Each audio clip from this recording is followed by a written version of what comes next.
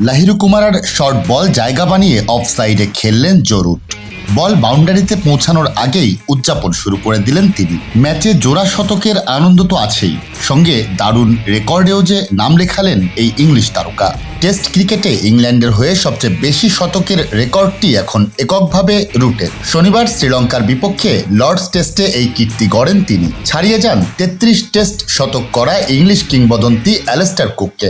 এই গরমে Walton air conditioner exchange অফারে স্প্লিট এসিতে ২৩,৪০০ টাকা পর্যন্ত এবং কমার্শিয়াল এসিতে ৪২,৮২২ টাকা পর্যন্ত নিশ্চিত ছাড়।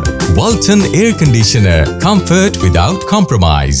লঙ্কানদের বিপক্ষে প্রথম ইনিংসে ১৪৩ রান করে ইংল্যান্ডের জার্সিতে সবচেয়ে বেশি শতকের রেকর্ডে কুকের পাশে বসেন রুট। দ্বিতীয় ইনিংসে ১০৩ রান করে তিনি টপকে যান পূর্বসূরিকে। এদিন মাঠে বসেই উত্তরসূরিকে নিজের রেকর্ড ভাঙতে দেখেন কুক। এক যুগের টেস্ট ক্যারিয়ারে এই প্রথম ম্যাচে জোড়া শতক করলেন রুট। ইংল্যান্ডের হয়ে এই স্বাদ পাওয়া দ্বাদশ ক্রিকেটার তিনি। লর্ডসের টেস্টের ২ ইনিংসেই শতক করতে পেরেছেন রুট ছাড়া আর কেবল ৩ জন। তারা হলেন ওয়েস্ট ইন্ডিজের জর্জ হেডলি, ইংল্যান্ডের গ্রাহাম গুচ ও মাইকেল ভন। লর্ডসে সবচেয়ে বেশি ৭টি শতকের রেকর্ডও এখন রুটের, গুচ ও ভনের ৬টি করে।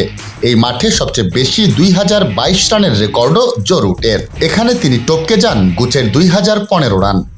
তৃতীয় দিনের শুরুতে বেন ডাকেট বিদায় নিলে ক্রিজে যান রুট। ব্যাটিংয়ে নেমেই দ্রুত রান তুলতে থাকেন তিনি। ৬৫ বলে পা রাখেন ৫০-এর সীমানায়। শতকে চোখ রেখে এগোতে থাকা রুটকে সঙ্গ দিতে পারছিলেন না কেউ। অন্য প্রান্তে সতীর্থদের আসা যাওয়ার মাঝেও মনোযোগ হারাননি এই ডানহাতি ব্যাটার। শেষ পর্যন্ত ১১১ বলে কাঙ্ক্ষিত ৩ অঙ্ক স্পর্শ করেন রুট। টেস্টে এটি তার দ্রুততম শতক।